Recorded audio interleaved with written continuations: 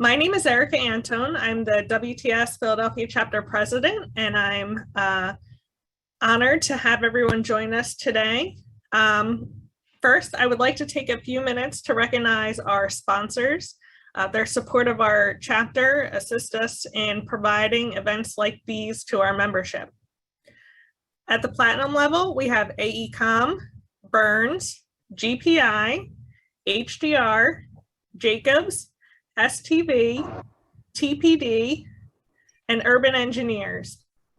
At the Trailblazer level, CNS companies, Conrail, Gannett Fleming, Gilmore and Associates, HNTB, JMT, Michael Baker International, Pegasus Financial Planning, Pinoni, Taylor Wiseman Taylor, WSP.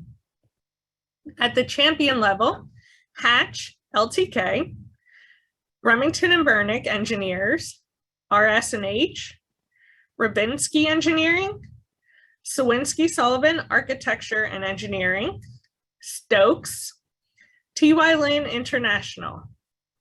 At the advocate level, Aero Aggregates, Aurora, Benesh, Bergman, Dewberry, General Highway Products, Global Program Partners, Kimley Horn, KMJ Consulting, Langen, McMahon, Move It, Promatech, RK&K, Stantec, Trans Systems, and WRA.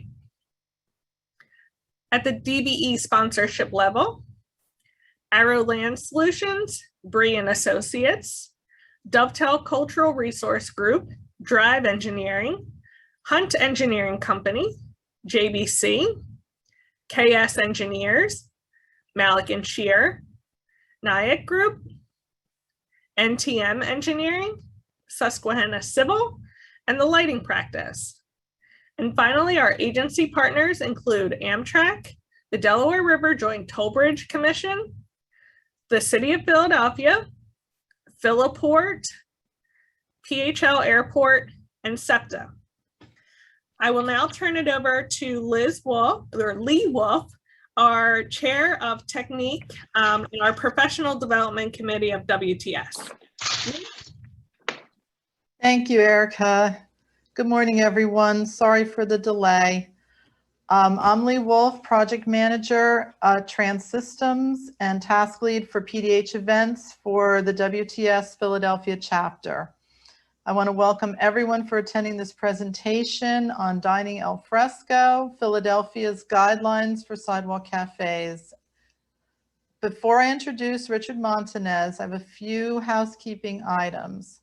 Please place any questions you have during the presentation in the chat at the bottom of the screen. There might be time for questions and answers at the end, but we will get answers to you as need be. I have placed my email address in the chat. If you wish to receive a PDF certificate for 1PDH for the event, after this is over, please send me an email listing 4 things you learned from the presentation. Also, Rich will give you a code word at the end of the presentation. Please include the code word in your email, and I will keep a copy of the email as a record that you attended and email you the certificate. Now, Richard Montanez, PE, is Deputy Streets Commissioner for Transportation for the City of Philadelphia. Mr. Montanez is responsible for the maintaining, operating, and improving of approximately 2,500 miles of local roads, 3,000 traffic signals, 280 bridges, and over 100,000 street lights and 18,000 alley lights in the City of Philadelphia. He leads the Streets Department in a variety of efforts, such as transportation management, operations, intelligent transportation systems, Vision Zero, energy efficiency, green infrastructure, and smart cities, and is responsible for the development and implementation of Transportation Division Strategic Plan. Mr. Montanez is a 1993 graduate of Drexel University with a Bachelor of Science degree in Electrical Engineering and is a licensed professional engineer in the state of Pennsylvania. So please join me in welcoming Rich. Montanez, thank you. Take it away, Rich. Hi, thank you, Lee, and sorry about the technical difficulties we had in the beginning, everyone. I will try to go through this fast, I guess. There's probably a little over 100 slides in this presentation, but we developed the city's outdoor guidance committee developed this presentation as a way for us to present to the restaurant industry of what can be done and cannot be done in the city of Philadelphia. The interesting part about this whole presentation and everything is it has to be very fluid, as when you are trying to create guidance due to a virus, we need to be able to adapt quickly and react quickly to what is going on. We're actually probably updating this. We are in the process of updating this once again due to the current Delta virus outbreak in the city. So it should be hopefully by September, based on the new health guidance, we'll be updating the guidelines once again, and also adding some additional things we've learned as we've been doing this for almost 24 months right now. So with that, let me figure out how to advance this thing. There. Did that advance for you guys? Yes. Okay, thanks. I can't see you guys now because I had to switch the presentation. So obviously, like I said before, the purpose of this was to provide some guidance to outdoor cafes and restaurants within the city of Philadelphia, and to be able to keep our businesses afloat during the pandemic. I'm sorry, did somebody say something? So with it said, I mean, even though I am in the streets department, I am one of the members of the committee, along with health, public property, commerce,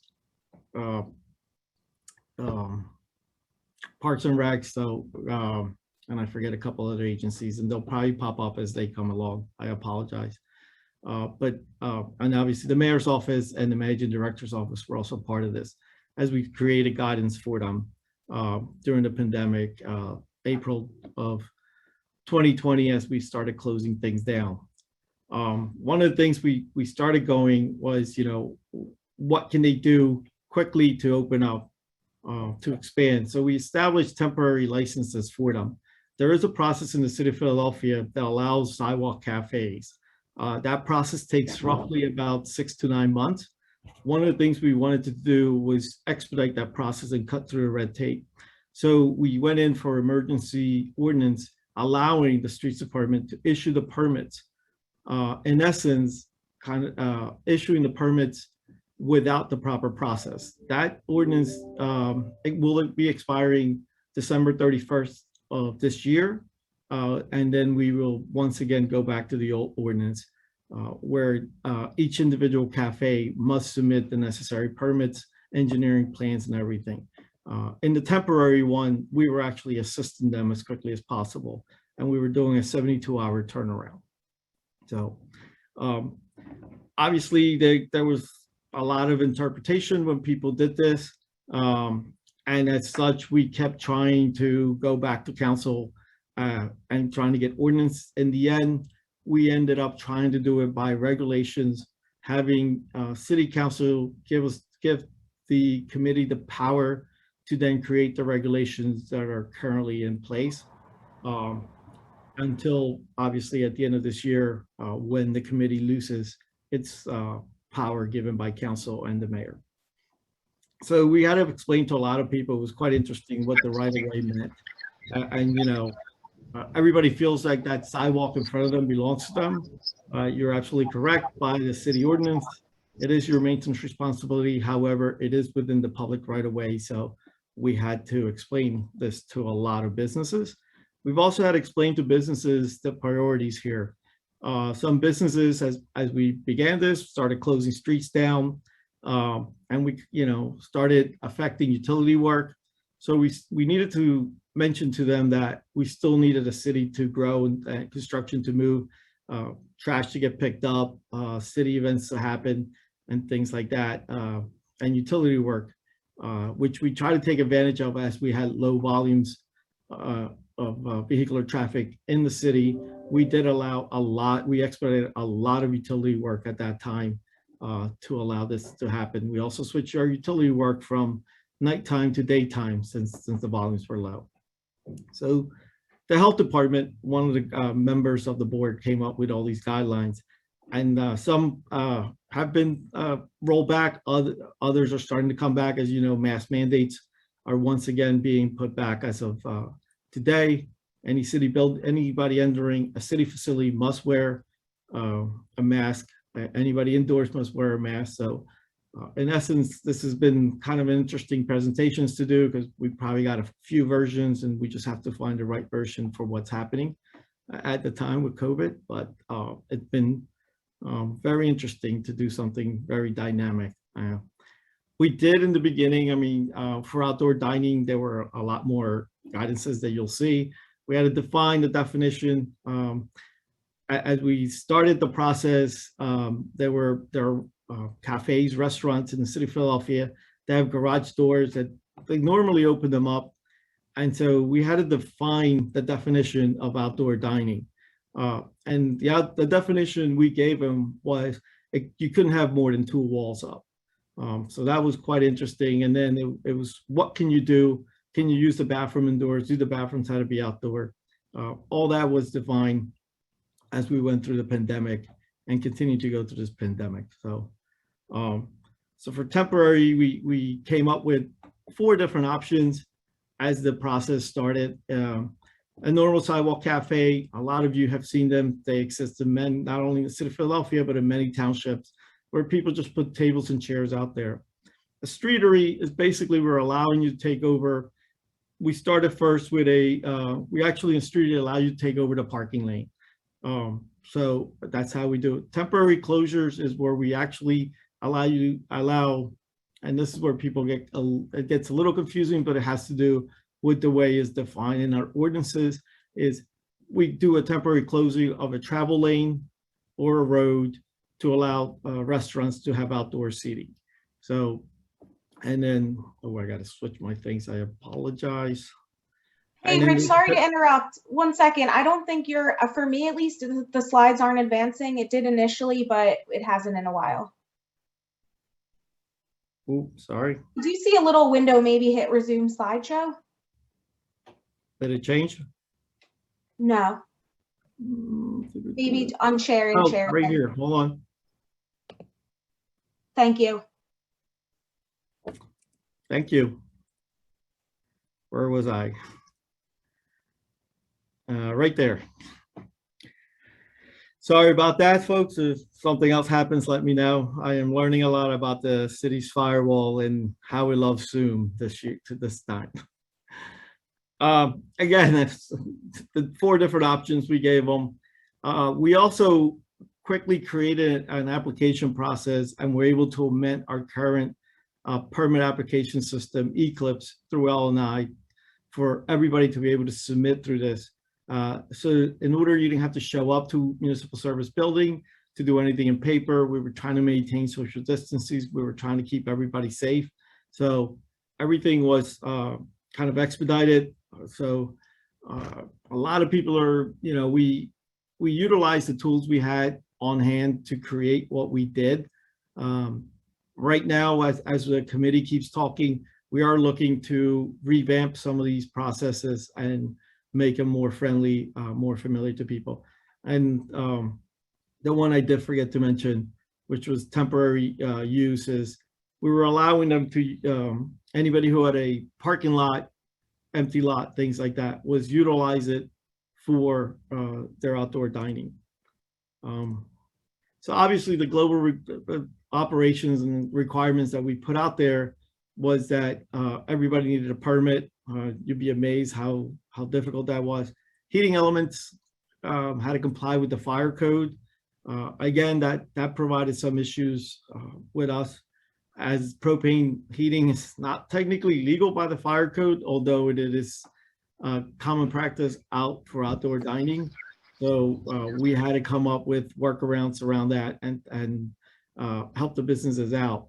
The heating element itself is not, it's actually the storage of propane tanks in the public right of way is not legal.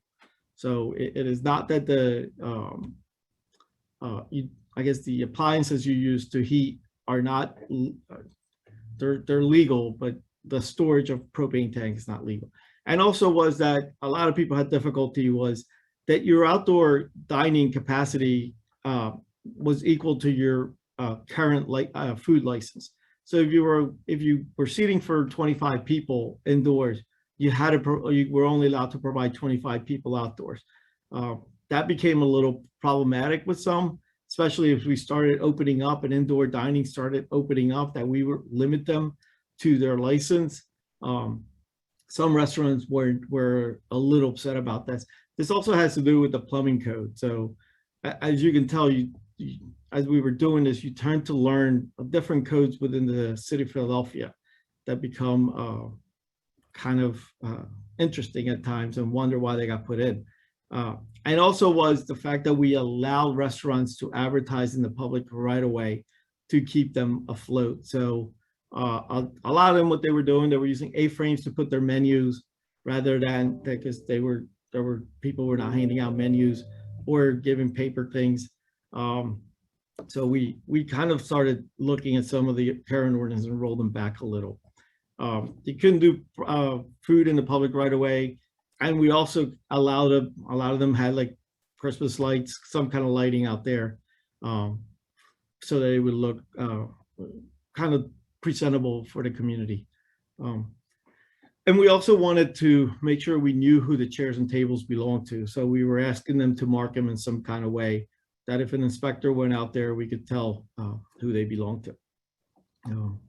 So the couple of things we had issues with that we still battle with was ADA compliant, and some restaurants couldn't understand why the ADA compliant. Obviously, we were asking them to keep a 6-foot sidewalk, walking path through the sidewalks.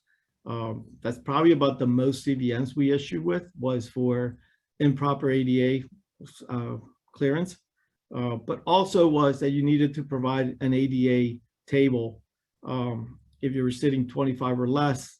If you're over 25, it's 2 tables. I believe it's a table for every 25 seatings. Don't quote me if I'm, or actually, I'm sorry, it's 5% of the tables must be ADA if you got more than 20 tables. So some of the things you do learn, and we do put some clearances here. People got very creative. There were people who put planters over fire hydrants because, you know, nobody realizes that Google Earth takes pictures of everything, and the city uses a program to take pictures of all the city streets every year. So, and we also have an inventory of all the fire hydrants. So some people got very creative, and when we rejected them, they got very argumentative. Obstructions, clearances were one of the biggest things we had. Everything had to be movable.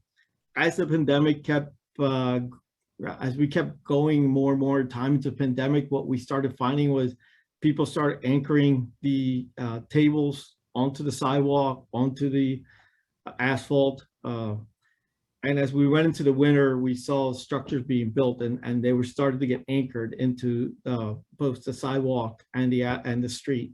So those are some of the issues we had to deal with later as we went through the winter. And then what helped us a lot too with this, and one of the regulations was that the state, the Liquor Control Board, did not allow alcohol sales after 11 p.m. So that actually, in essence, did help us a lot, especially in neighborhoods, because then we could tell the restaurants you needed to close and you needed to vacate the streets. So it became very, the LCB was very useful, very helpful at times with us, helping us enforce those regulations. We started with umbrellas, and at one point we were trying to do a 7-foot clearance to the umbrellas. We did find out that it was very difficult to do the 7-foot clearance. So we ended up on a 6-foot wide or 6-foot umbrellas with 6-foot clearances. It's what we kind of settled in at the end.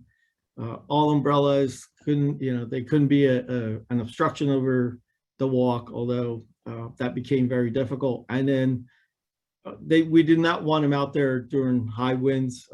During this pandemic, we did have a couple times where we had stray winds through the city of Philadelphia. How to think about that one.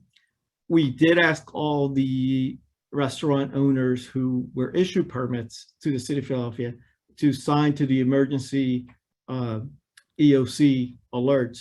And so we were literally giving them 30 minutes notice before the EOC was weather person was saying that the straight winds were going to hit the city of Philadelphia. So we were trying to provide as much information to the restaurants as we could. Additional, was that the LCV, obviously, as I mentioned before, we needed to do also extension of premises for people to be able to serve alcohol outside their facility.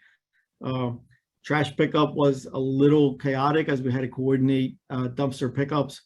People had to move their tables and everything out of there. And then the operators, everybody needed a $1 million liability policy to receive your permit. This became a little problematic as we moved outside Center City into minority businesses. And so we started to work with them to see if there was a way the Commerce Department worked with them on that. So the cafes, and this is kind of going back into more detail into the four I mentioned, the typical sidewalk cafe that we have, your sidewalk must be a minimum of 10 feet wide, was the only way we would allow it. You'd be amazed how many plans we read that were not correct, and we had to discuss it with the business owners.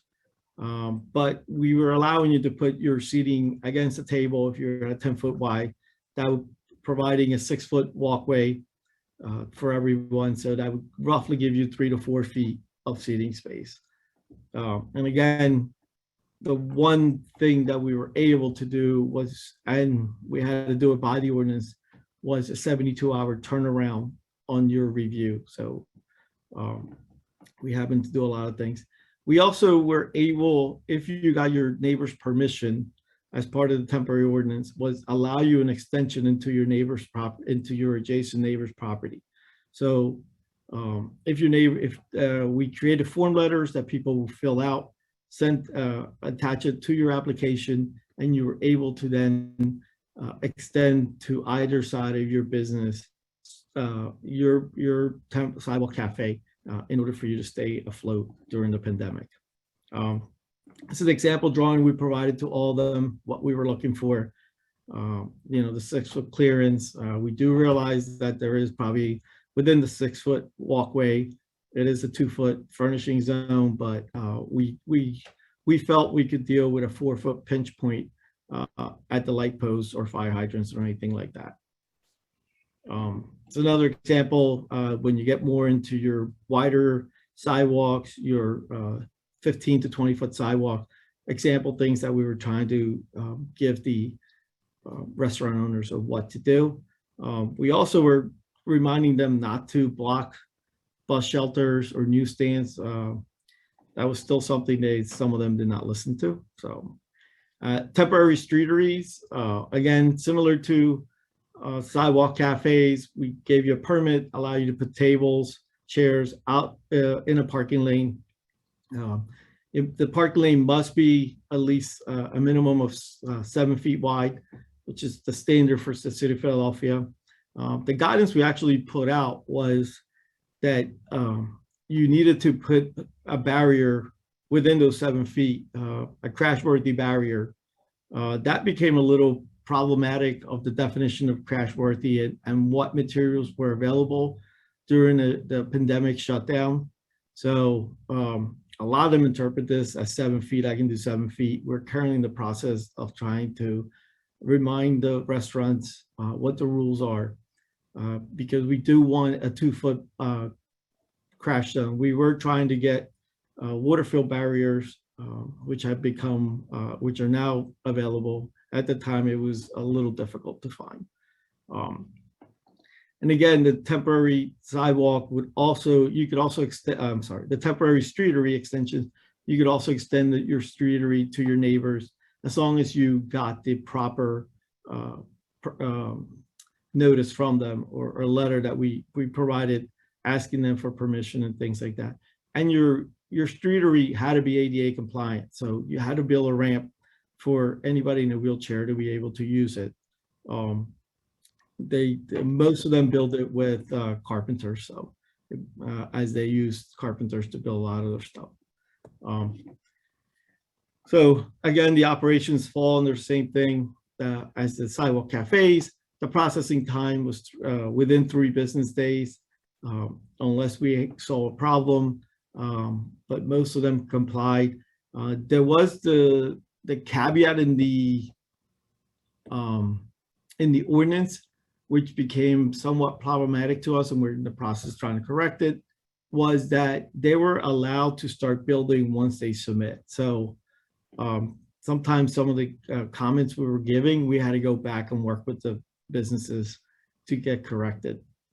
And we didn't, we also provided one similar to our guidance for parklets, where you could provide a race platform for your streetery. Again, it must be ADA compliant, flush, allow drainage. A lot of these requirements we got them from our parklet program. They were also supposed to be removable within 4 hours. We're still working on that part with some of them. And so we came up with started coming up with acceptable materials to use for people.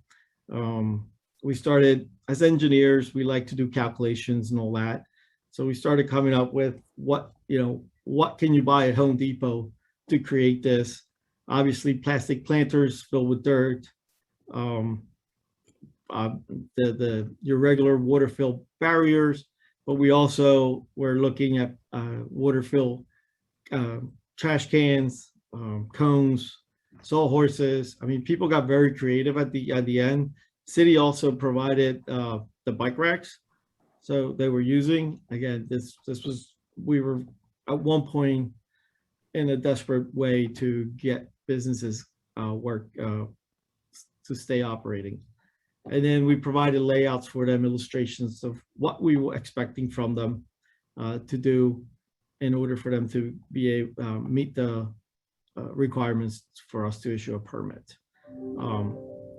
So this is actually a platform. It's similar to our streetery program. And then we created a bunch of prohibited streets. All of these are state roads. So because of the state guidance and the pub, we did not issue streeteries on state roads. We did push a lot of them into sidewalk cafes or into parking lots as a way to do it. Hence now you are starting to see them on state roads. As long as they provide the proper MPT and crashworthiness for their streetery. They also received these signs. This became quite an issue at times.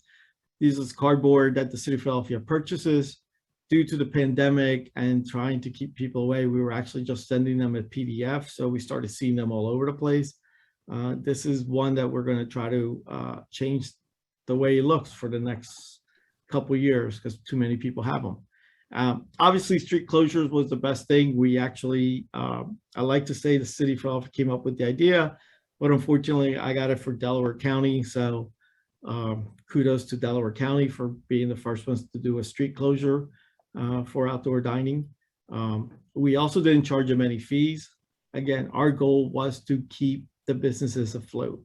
It wasn't to create profit, but to keep everybody working and make sure the businesses were afloat. And any closure on a state road would require PennDOT approval. We did not close a single state road during this process.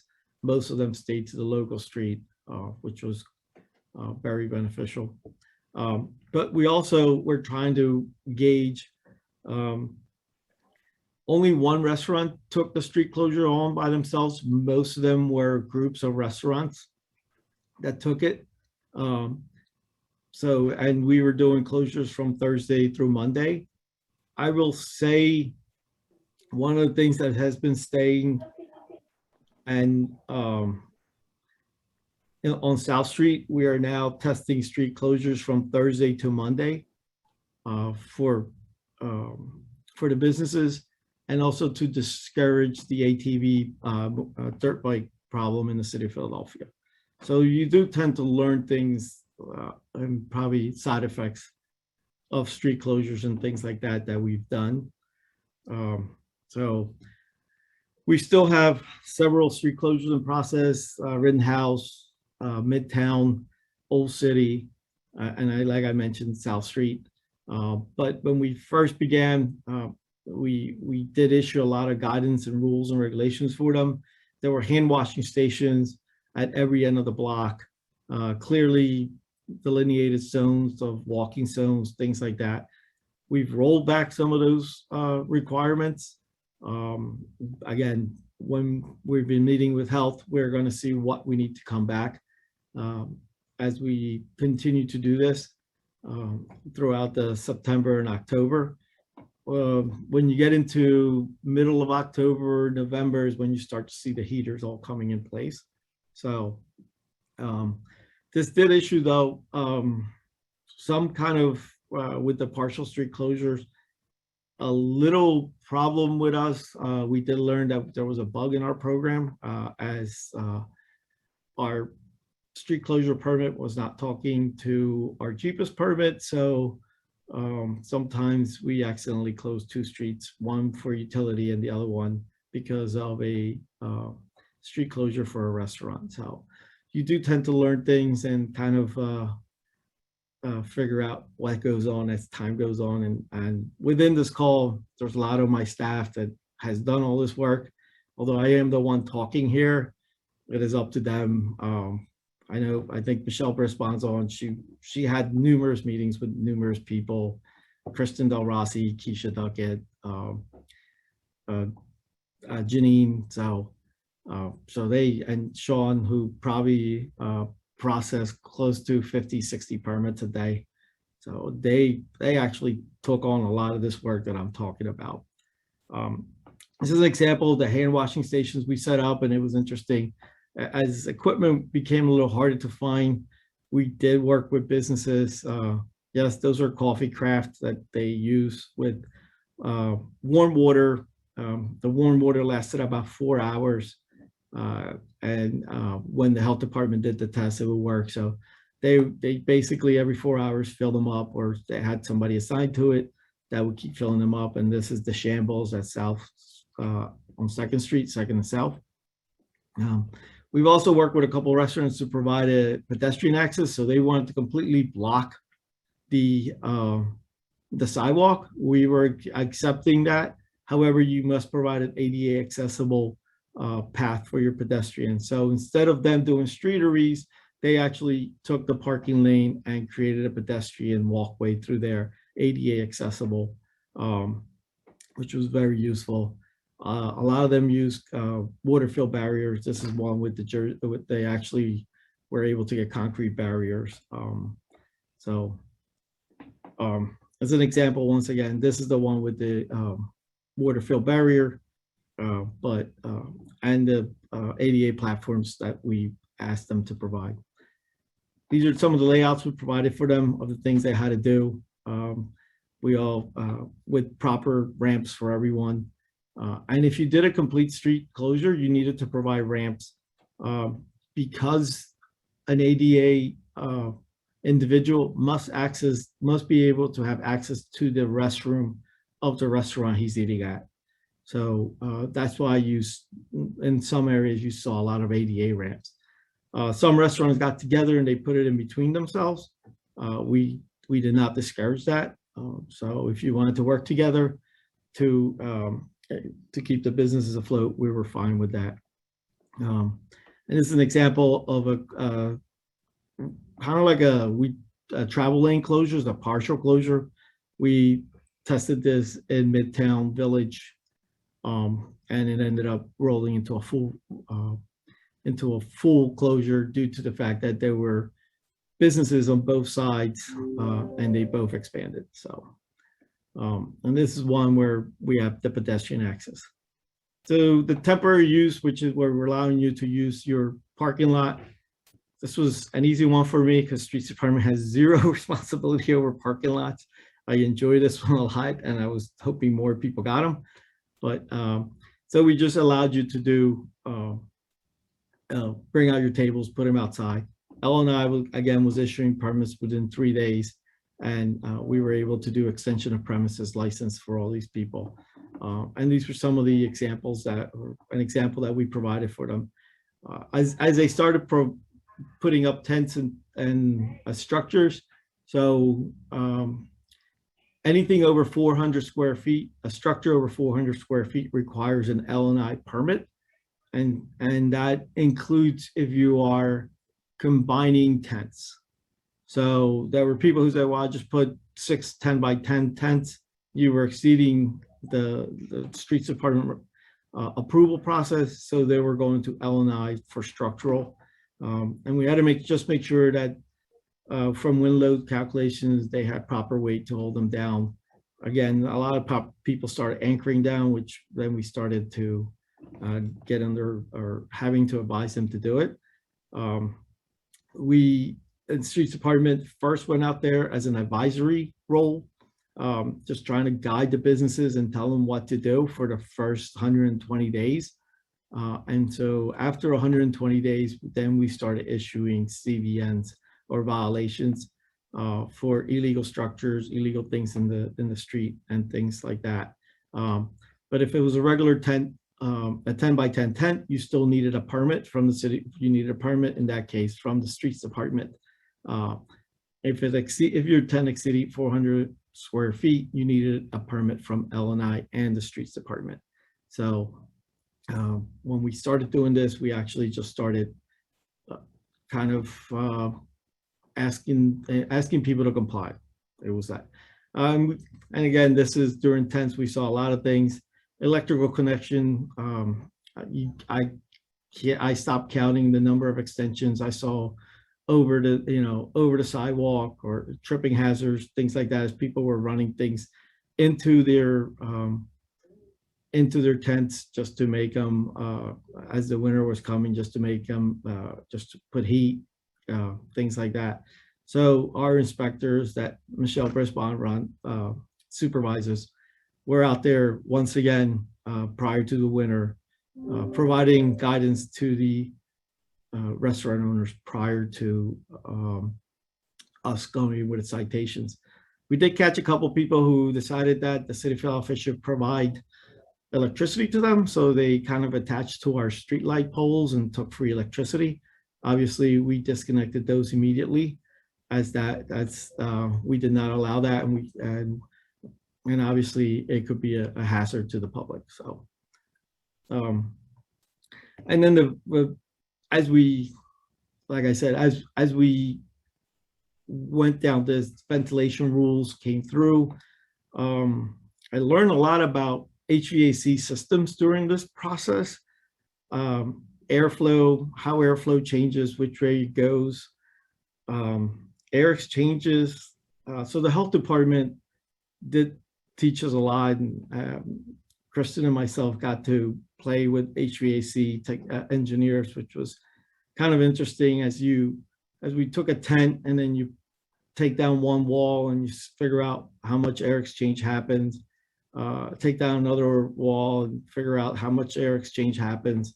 And the recommendation at that time, and we're still recommending by the health departments, 10 to 20 fresh air exchanges per hour. And there's actually what you end up getting is a meter. There's like a little fan at the end. It kind of shows you your airflow. You calculate the volume from there. So that kind of tells you my geeky engineer side. And at that point, you determine whether you're doing enough clean air exchanges. The one thing a lot of these restaurants had to do was modify them, because obviously to do fresh air exchange, it means you're going out to the field or you're going out to the outside to get air, versus the way it normally works is most air in businesses and recycle in order to save energy. So some of them had to do a lot of things. This was a matrix that we created to see what kind of, this actually was for a permit thing, just to let you guys know, as we were trying to figure out how to develop a permit program that people would understand. But this is basically, what kind of permit do you need, and what structure are you building on the street? Not too many people used it. I don't know why. But then people did get creative for sunshade.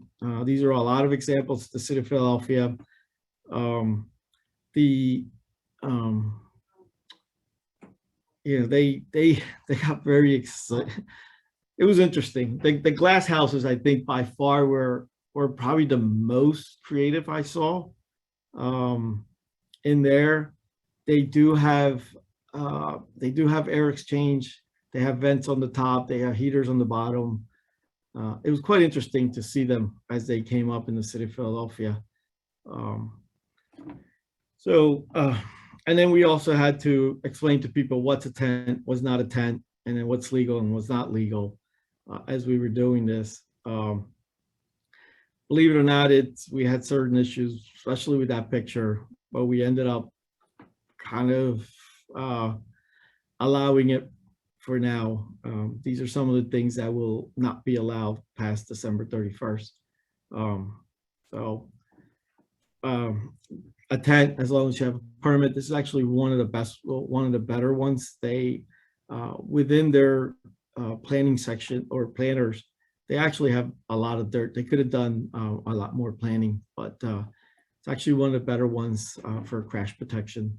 So, and obviously this is the most recommended. It was very difficult to some of the businesses to find concrete barriers and the cost of it. It was a lot easier for them to have a carpenter build a planter that could exceed 600, that can easily hold 600 pounds of dirt. So water-filled barriers is another example that we used out there. And then the tents that we had were, we allowed in all the tents. We did issue permits for tents over 400 square feet, both on a temporary basis and a permanent base.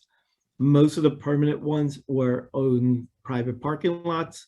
The temporary ones were over the public right of way that only lasted for a street closure. So, and we did allow one, I believe this one's 2nd Street. There was a wedding. So they had a wedding during COVID and we did allow this.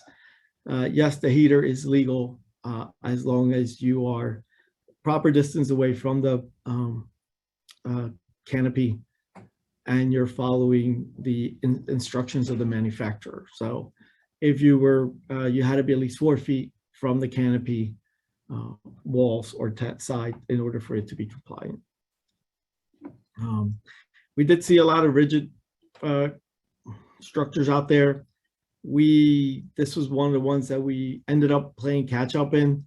As winter hit, we were anticipating a rollback, or at least on our guidance. Unfortunately, we did not. In December of 2020, City Council extended the ordinance by 1 more year. So all these structures started showing up. They are currently legal by the temporary ordinance. So they are only legal by the temporary ordinance.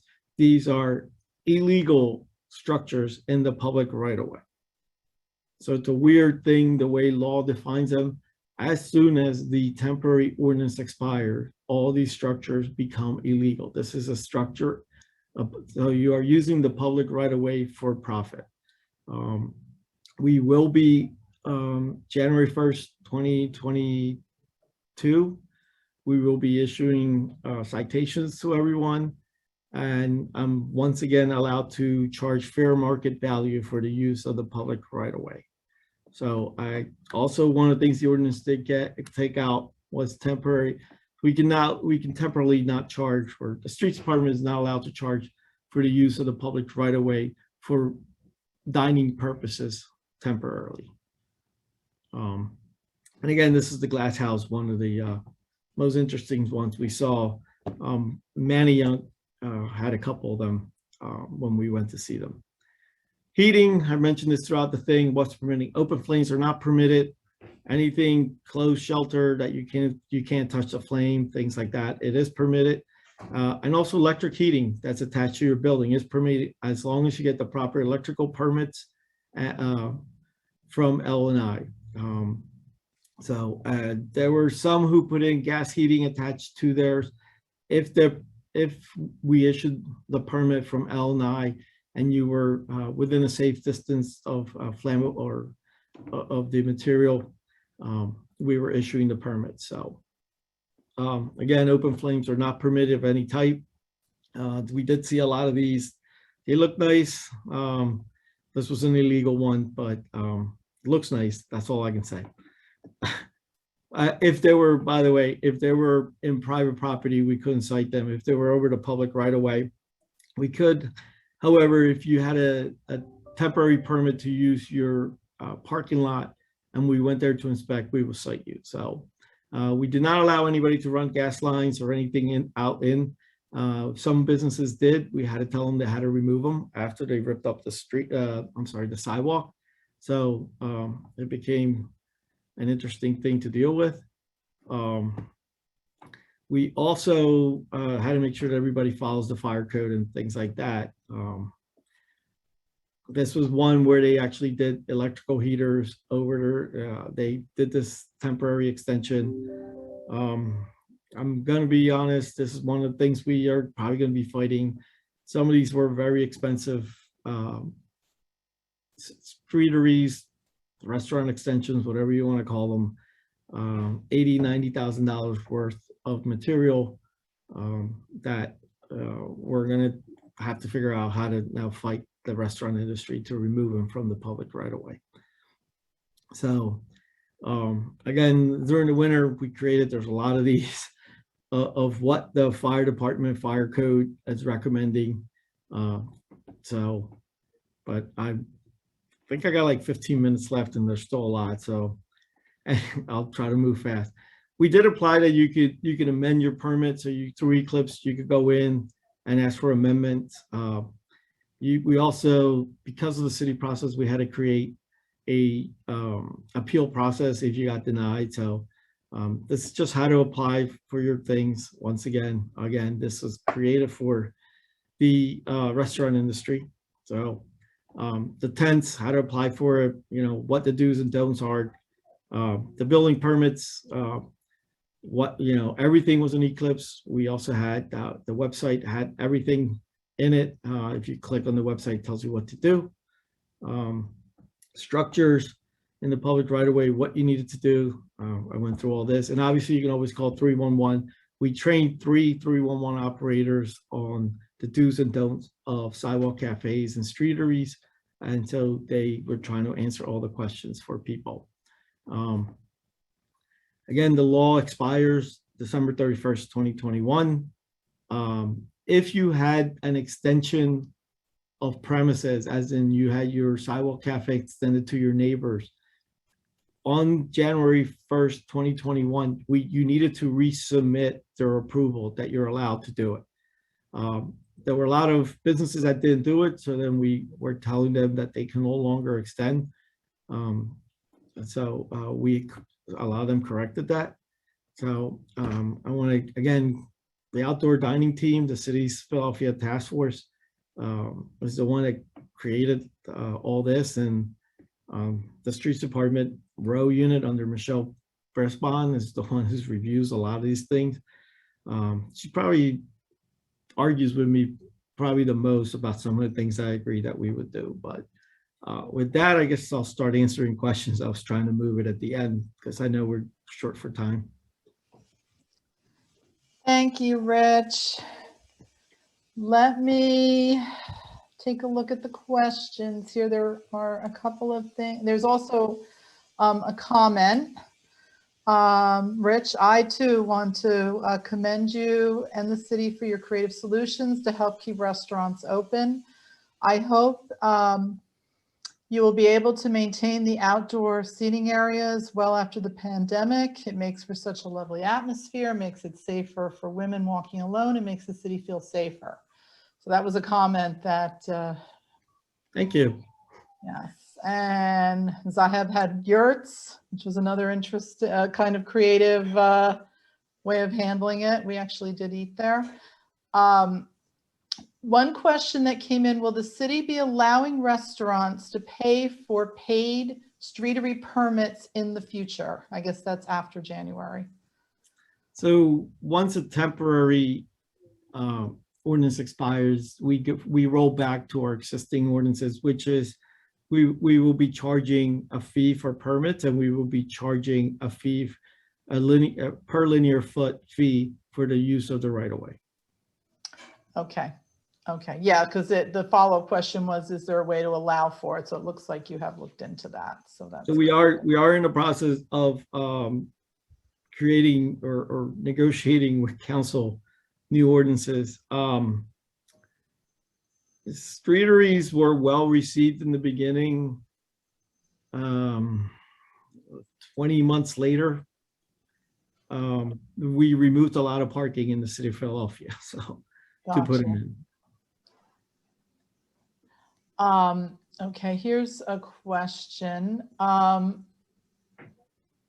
Okay, in the development of these guidelines, we put a lot of effort into tent anchoring requirements. How effective were the requirements we used? I know who asked that question. The guy who created the guidelines, Darren Gaddy, right? Yep. Some followed it, some didn't. Interesting was the ones that anchored their tents onto the platforms. In essence, if you're kind of drilling into an 8x8 post, and that post is connected to an entire structure, I mean, the odds of your tent flying are very, very small. There were those who anchored them onto the asphalt, which we did not allow. Now we're trying to figure out how to correct all those issues. But some followed, just like everything, some follow the rules and some people didn't follow the rules. Just like with everything else. Did you find a lot of pushback with the Philadelphia Parking Authority and SEPTA? Yes. So PPA gave me, I guess it's a little kind of skew versus pandemic versus revenue lost out in the public right away. City of Philadelphia estimates in Center City one parking spot to be roughly between $5,000 to $7,500 a year in revenue. So when you sounds like nothing, but we eliminated almost 1,000 spaces. So it does become significant when it comes to a PPA revenue. SEPTA, we had to reroute a lot of buses, even though we were requiring 11-foot travel lanes down all our streets for SEPTA. The issue became it wasn't that we couldn't keep the streeteries in check, it was we couldn't keep the deliveries in check. So delivery truck parking across the street from a streetery, because they're delivering to that streetery or that restaurant, was now narrowing the road down to 9 feet. Well, how were you able to get around that? Were there some policies you had to put into place? We're still working on that. I mean, we're still having issues with the delivery trucks. I mean, as soon as we find them, we've been asking both the Philadelphia Parking Authority and the police department to ticket them, but issuing tickets to a delivery truck, FedEx, UPS, Amazon, it's just part of doing business in the city of Philadelphia. And I guess kind of a follow-up question to that, how safe were these tents and streeteries? Were there any crashes or accidents that happened? So we did. To date, there's been 5 crashes, 1 with injuries. So most of them happened in the overnight hours by impaired drivers. Only 1 happened during the business hours where 7 people were taken into the hospital. But that was, that one's still under investigation. We think the driver may have had a stroke or a heart attack behind the wheel. So that's why the person crashed. Wow. What were the impacts on traffic where moving lanes were allowed to be used for streeteries? So fortunately, minimum during the pandemic. We are starting to see the impacts now as businesses all starting to open up. You know, Center City, some of these, you know, a lot of people were just going to their local restaurant. They were not driving, you know, people were not driving into Center City to go to restaurants. And if they were, it was very minimal.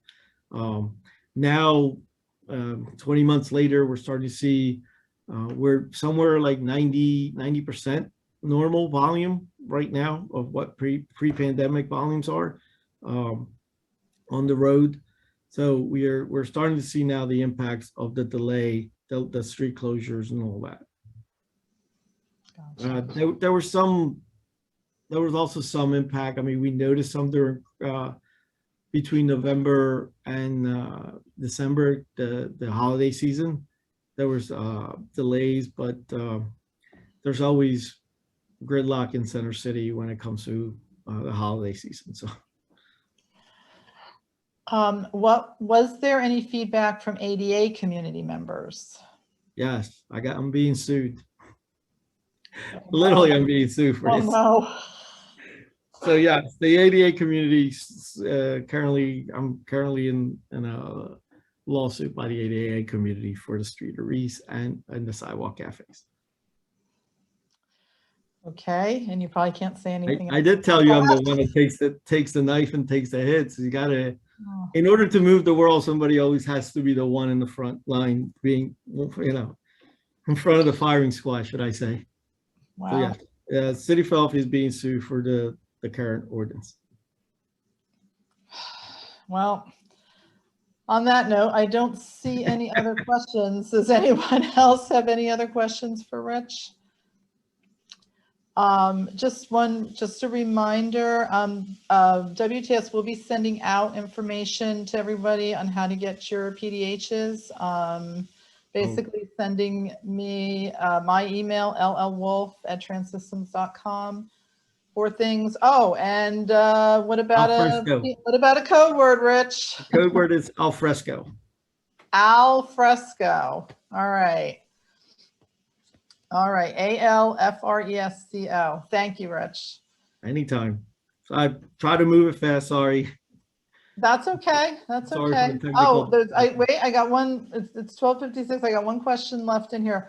We'll answer this last one. Will there be more inspectors to enforce if streeteries become legal? Yes. We are in the process of submitting a plan to City Council to increase staff to our right-of-way inspectors. Okay, thank you. Now, that has to get passed by council, so we are trying to get additional staff. Wonderful. Can we make the slides available to the people Sure. who saw the presentation? Would that be okay? I will send them to Abby, right, Abs, and with the link you gave me. Great, Well, thank you. Thank you. Thank you. That would be great. And then if anyone would like to have them, they can be made available. All right. Well, I think we're going to wrap up. Thank you so much, Rich, for a very detailed and informative discussion and for taking all the hits.